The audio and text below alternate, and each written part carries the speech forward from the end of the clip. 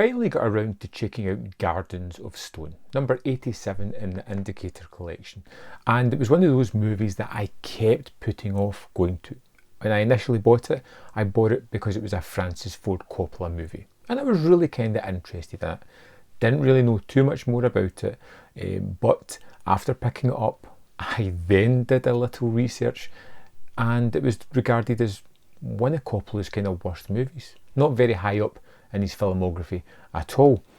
And I put this one on almost reluctantly, but I eased into it really quickly.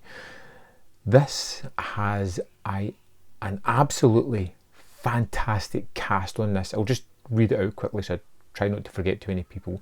James Caan, Angelica Houston, James Earl Jones, D.B. Sweeney, Dean Stockwell, Mary Stuart Masterson, Eli Kotiatis, Lawrence Fishburne, Casey Simasco, and a hell of a lot more.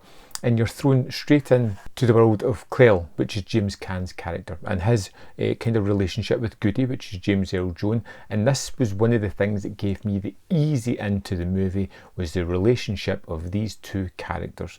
They're working at Arlington, dealing with a lot of the burials of men coming back from war and the ramifications it has on their kind of aspect of the war.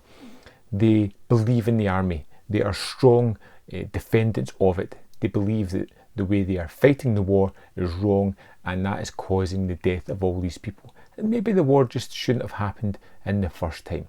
They're by no means rallying around peace, more a case of better war techniques more than that, and maybe leaning towards they shouldn't be there at all.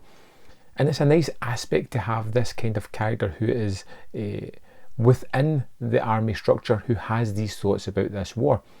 And then we get the introduction of D.B. Sweeney's character, who is Jackie, and he is the idealistic young soldier wanting to go to war, feels that he should be on the front line fighting, whereas they have this kind of seemingly nice number just being in this job. But of course they're seeing the ramifications of the war daily as they're inundated with all these burials, and that's not everybody that dies in the war, that's just the ones that are being buried in Arlington. And it has that moment where Clell takes Jackie under his wing and starts to mentor him through the army, trying to let him see that going to Viet Nam may not be the best thing.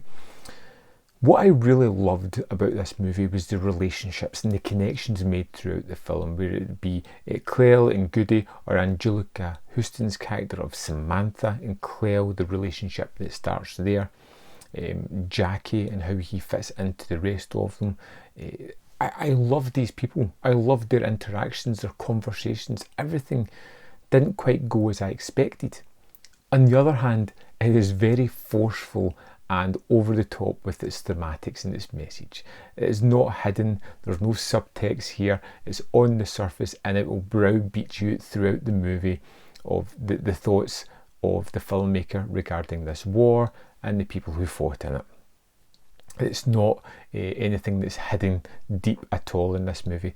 So you're kind of torn between great characters, great situations, conversations, and rhetoric as it's just kind of put down upon you about the feelings of the war.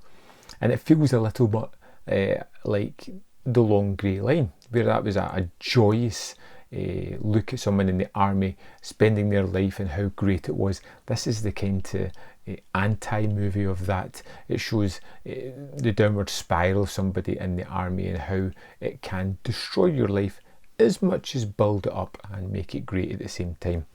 Performances are outstanding. Whoever thought of putting James Caan and James Earl Jones together is an absolute genius.